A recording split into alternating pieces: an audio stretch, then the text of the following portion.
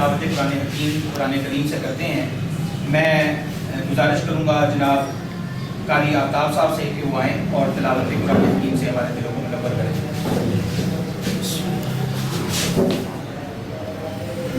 أعوذ بالله من الشيطان الرجيم، بسم الله الرحمن الرحيم،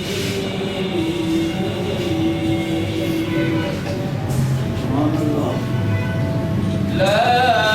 يستوي أصحاب النار وأصحاب الجنة، أصحاب الجنة هم الفائزون،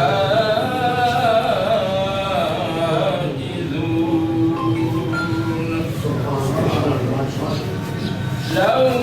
أنزلنا هذا القرآن على جبل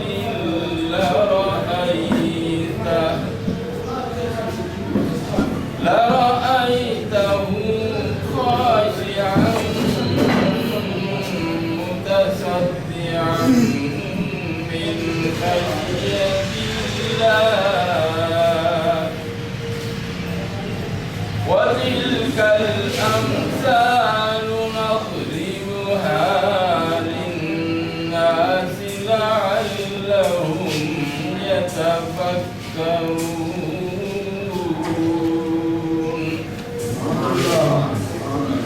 والله الذي لا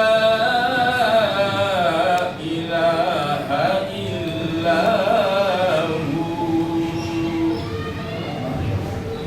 عالم الغيب والشهادة هو الرحمن الرحيم،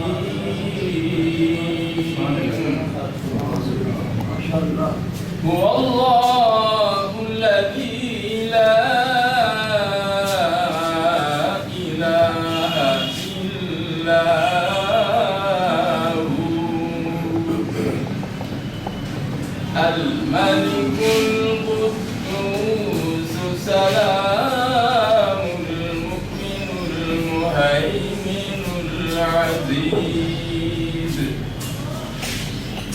المهيمن العزيز الجبار المتكبر،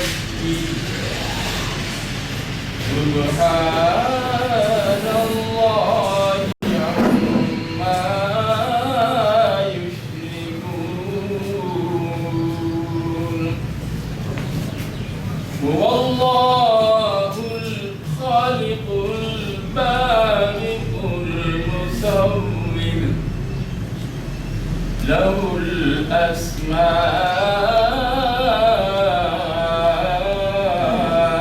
الحسنى، يسبح له ما في السماوات والأرض، وهو العزيز الحكيم، صدق الله العلي العظيم۔ ایسی دعا خدا نہ کرے۔ میں نعت کریم کے لیے دعوت دیتا ہوں جناب ہمارے ملک کے معروف نعت خواں جناب کاشف مغل صاحب سے وہ تشریف لائیں اور نعت رسول مقبول صلی اللہ علیہ وسلم ہمارے سامنے۔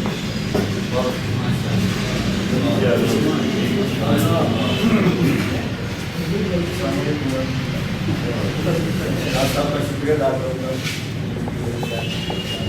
اور اس بات سارے مجھے بہت خوشی ہو رہی ہے کہ آج میں شامل یہی ساتھ سے بات کے درود پاک صلی اللہ علیہ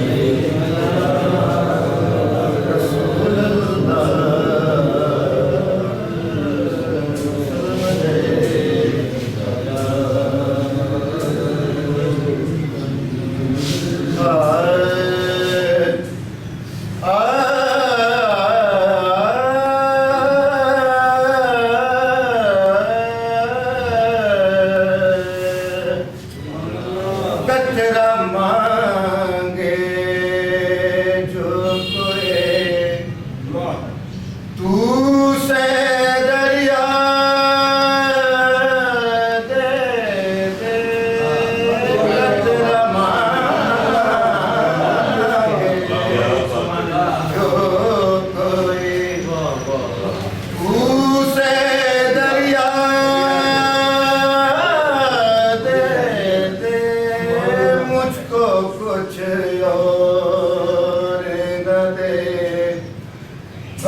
اپنی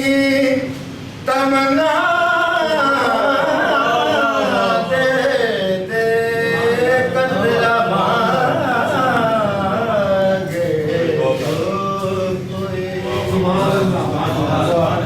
میں اس عزاز کے لائق تو نہیں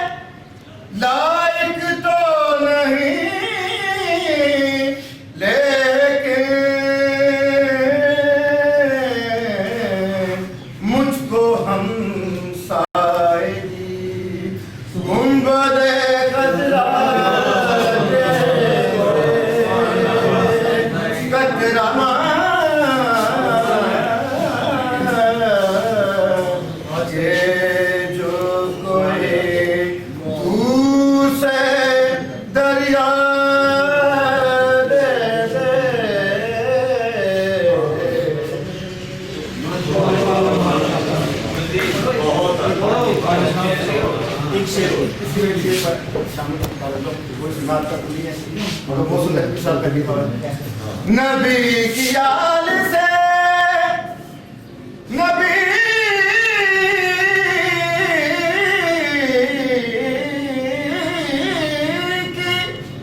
نبی کی آل سے الفت نہیں تو میں جاؤ نبی کی آل سے الفت نہیں تو مر جاؤ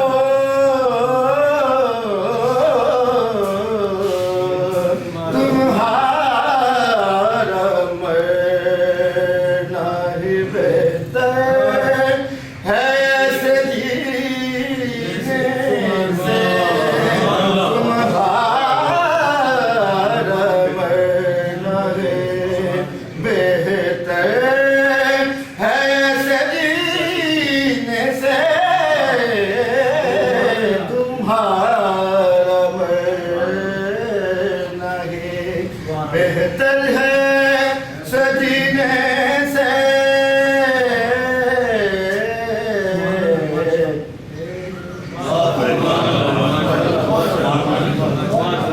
میں آپ کو رپورٹ دوں اپنے ٹینیور کے حوالے سے جو کہ کافی لمبا ہو گیا تھا، اور خوشی اس بات کی ہے کہ آج اس میں نئے لوگ شامل ہوئے تھے۔ آپ نے ابھی دیکھا ہوگا کہ ہم نے تلاوت سے شروع کیا، پھر نعت ہوئی۔ ہمارے کچھ دوستوں کی طرح تھوڑا سا عجیب بھی ہوگا کہ ادبی محفلوں میں یوزلی اس طرح نہیں ہوتا، تو یہ بھی ایک ادبی روایت ہے جس کی بنیاد ان دو لوگوں نے رکھی جو خود ترقی پسند ہیں، سراب اسلم صاحب اور اعزاز احمد اظہر صاحب۔ دونوں ہی ترقی پسند رائٹرز تھے، لیکن انہوں نے اس مجلس کی روایت کے اندر اتنی گنجائش رکھی کہ کوئی بھی نظریہ رکھنے والا بندہ جو ہے اس کی تشفی یہاں پر، یہ کہ ہمارا اقدار بھی ہے، تو ہمارا اقدار بھی ہے، ہماری روایت بھی ہے۔ تو آج میں رپورٹ پیش کر رہا ہوں اپنے ٹینیور کی، سابق صدر کی اجازت سے۔ نومبر 1964 میں شاہدرہ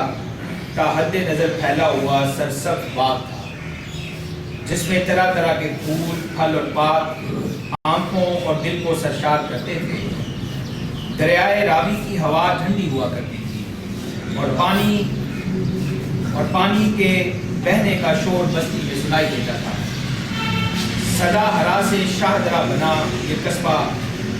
محنت کش لوگوں کا علاقہ تھا، جہاں اکا دکا پڑے لکھے لوگ تھے۔ انہی میں سے سراب اسلم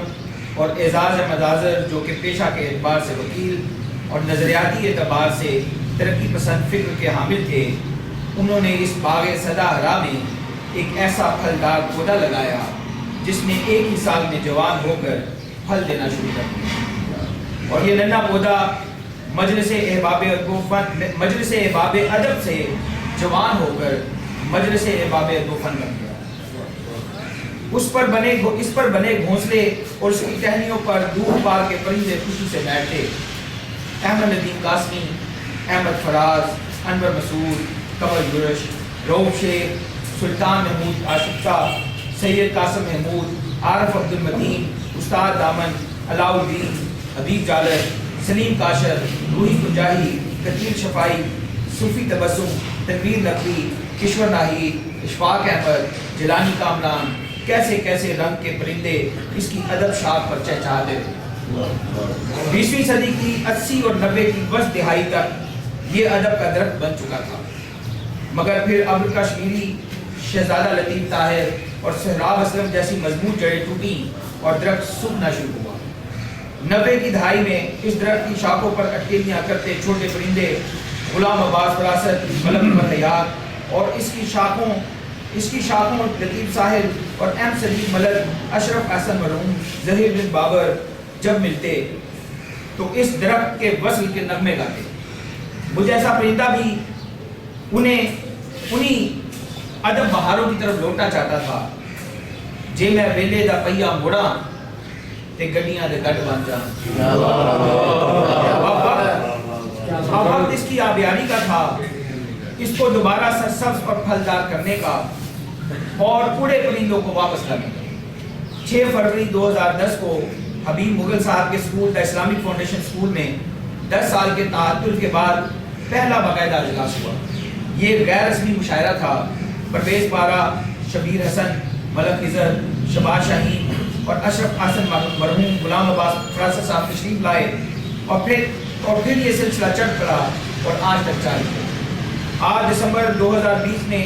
3 نسلوں کے پرندے اس درخت کی شاخوں پہ اکٹھے بیٹھے۔ 2010 میں دوبارہ شروع ہونے والا یہ سلسلہ تنقیدی اجلاسوں اور خصوصی اجلاسوں پر مشتمل تھا، جس میں سے میں صرف خصوصی اجلاسوں کا ذکر کرنا چاہوں گا۔ 2010 میں کیسر شاہی صاحب کی زیر صدارت مجلس مصالمہ ہوئی۔ 2011 میں عمران نقوی مرحوم کی صدارت میں نعتیہ مشاعرہ، پروفیسر لطیف صاحب کی صدارت میں اسی سال 2011 میں سالانہ مشاعرہ ہوا، جبکہ استاد غلام حیدر خان کی صدارت میں راج ایمن پر خصوصی پروگرام ہوا۔ 2011 میں ہی مجلس باب ادب و فن کی 50 سالہ تقریبات بڑی دھوم دھام سے منائی گئیں، جس میں اعزاز احمد آزد کی صدارت میں سالانہ مشاعرہ ہوا۔ رشید مصباح مرحوم کی صدارت میں شام افسانہ منائی گئی، جبکہ مہمان خصوصی اسلم سراج الدین تھے، جبکہ سالانہ شام موسیقی کا پروگرام بھی ہوا۔ 2012 میں پروفیسر لطیف صاحب کی صدارت میں سالانہ مشاعرہ ہوا۔ 2014 میں مرزا شاہین کے ساتھ شام منائی گئی۔ 2015 میں کیسر شاہی صاحب کے ساتھ شام منائی گئی۔ 2015 ہی میں سالانہ موسیقی کا پروگرام منعقد ہوا۔ 2016 میں شہزادہ سلطان احمد کے ساتھ شام منائی گئی۔ 2016 میں ہی سالانہ موسیقی کا پروگرام بھی وقوع پذیر ہوا۔ 2017 میں غلام حسین ساجد کی صدارت میں نعتیہ مشاعرہ ہوا۔ 2017 ہی میں سہراب اسلم مرحوم کے حوالے سے ایک خصوصی اجلاس ہوا۔ 2018 میں سالانہ موسیقی کا پروگرام منعقد کیا گیا۔ 2019 میں شاہد لال صاحب کی کتاب جو کہ منقبت اور نعت پر مشتمل تھی، اس کی تقریب پذیرائی ہوئی، جس کی صدارت جناب قاری صادق جمیل صاحب نے کی۔ 2019 ہی میں استاد محمد اختر خان مرحوم کی یاد میں شام موسیقی کا اہتمام کیا گیا۔ 2020 میں نئی انتظامیہ کی تشکیل ہوئی اور اگلے ہفتے پروفیسر لطیف صاحب کے ساتھ شام منائی جائے گی، اور ساتھ ایک سرپرائز ان کے لیے تھا، وہ آج ہم سرپرائز کو اوپن کر دیتے ہیں، اور ان کو مجلس باب ادب و فن شاہدرہ کے حوالے سے خدمات پر لائف ٹائم اچیومنٹ ایوارڈ بھی دیا۔ جہاں مجھے اس بات پر فخر ہے کہ میں نے بھی مجلس باب ادب و فن شاہدرہ کی آبیاری کی، وہیں مجھے اس بات پر اللہ بزرگ و برتر کا شکر گزار ہونا ہے کہ جس نے توفیق عطا فرمائی کہ 2016 میں مجلس باب ادب و فن پر موجودہ جنرل سیکرٹری اشفاق احمد صاحب نے گورنمنٹ کالج یونیورسٹی سے ایم فل کا تھیسس کیا، جس کی وجہ سے مجلس باب ادب و فن شاہدرہ ادبی حلقوں میں دوبارہ روشناس ہوئی۔ اسی طرح 2019 میں بانی مجلس باب ادب و فن شاہدرہ سہراب حسن صاحب کی زندگی اور ادبی خدمات کے حوالے سے نئے جوائنٹ سیکرٹری جناب سعید انجم صاحب نے ایم فل کا تھیسس کیا۔ اسی سال مجلس کے دیرینہ ساتھی اور معروف شاعر جناب اشرف حسن صاحب کا شعری مجموعہ عزیز بھی چھپانے میں اللہ تعالیٰ نے مدد کی، اور 2019 میں ہی مجلس اور پنڈی آرٹ کونسل کے زیر اہتمام اس کتاب کی تقریب پذیرائی منعقد کی گئی۔ اب اس درخت کی شاخیں پھر سے ہری بھری ہیں، اس پر نئے پرندے بھی آ بیٹھے ہیں جو اس کی دیکھ بھال کرتے رہیں گے۔ خدا سے دعا ہے کہ مجلس کے اس ادب اور فن کے درخت سے شاہدرہ سدا ہرا رہے۔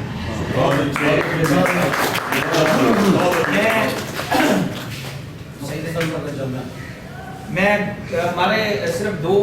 مضامین ہیں، چھوٹے سے مختصر سے، اور ایک کلیدی خطبہ ہے، تو میں دوسرے مختصر مضمون کے لیے ہمارے نئے جوائنٹ سیکرٹری سعید انجم صاحب سے گزارش کروں گا کہ تشریف لائیں اور سہراب اسلم رسید بانی مجلس باب توفت کے حوالے سے ایک چھوٹا سا مضمون آپ کے سامنے پیش کریں گے۔ جناب سعید انجم صاحب۔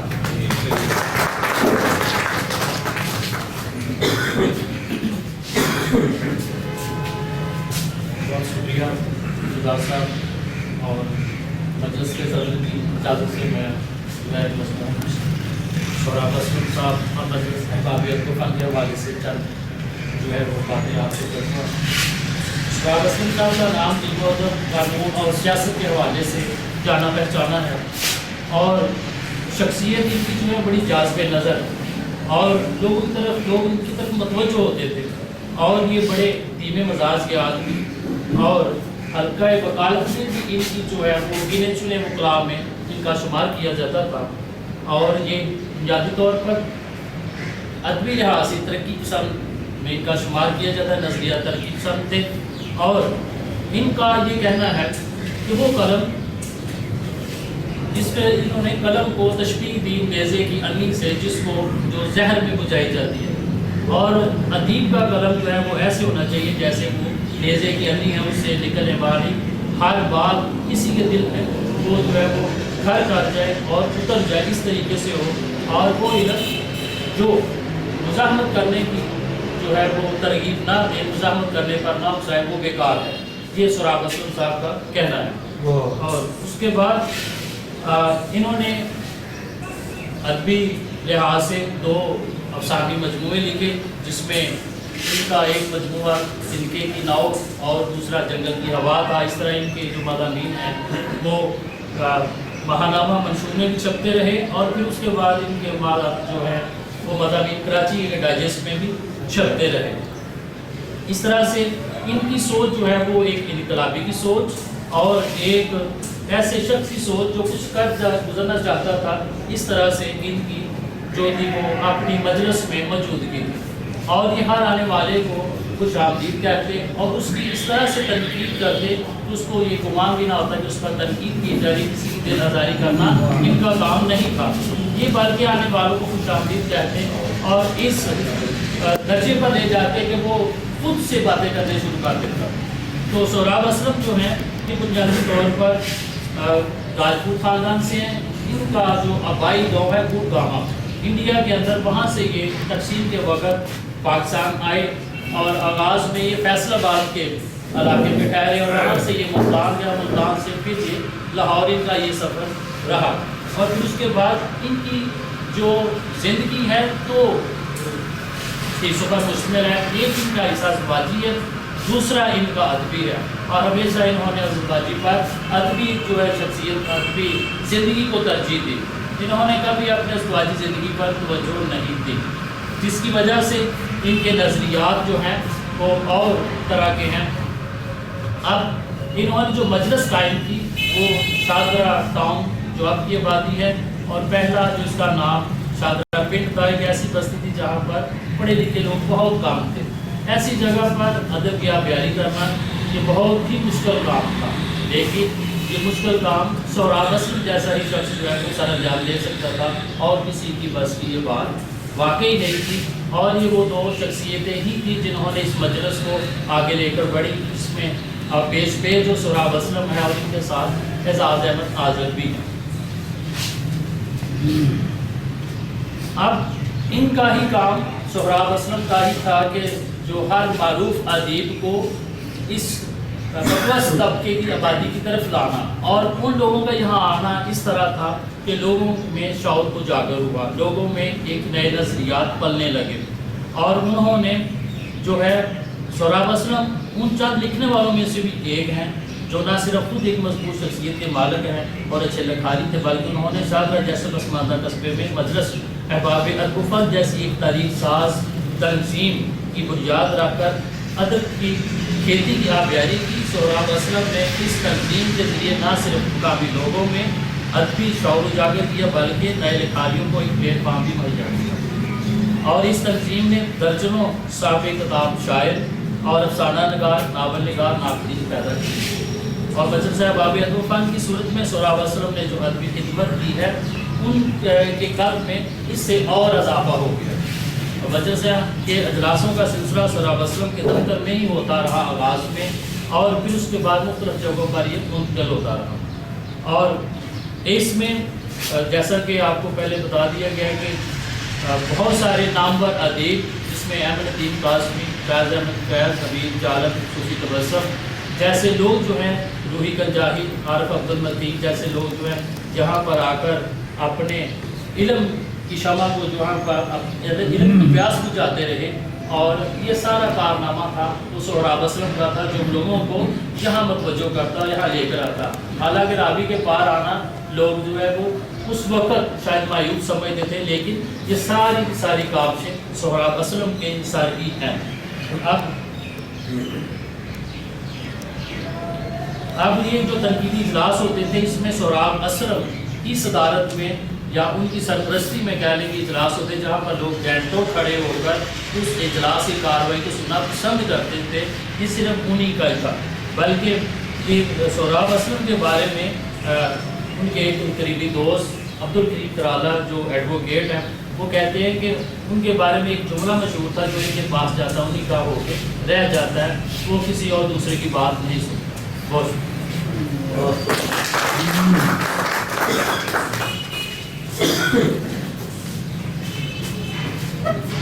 میں اب کلیدی خطبہ کے لیے ہمارے صدر مجلس عاملہ، ہمارے سینئر افسانہ نگار، سینئر ممبر مجلس احباب ادب و فن شاہدرہ جناب احمد صدیق ملک صاحب سے گزارش کروں گا کہ وہ تشریف لائیں اور اپنا کلیدی خطبہ آپ کے سامنے پیش کریں۔ جناب احمد صدیق ملک صاحب۔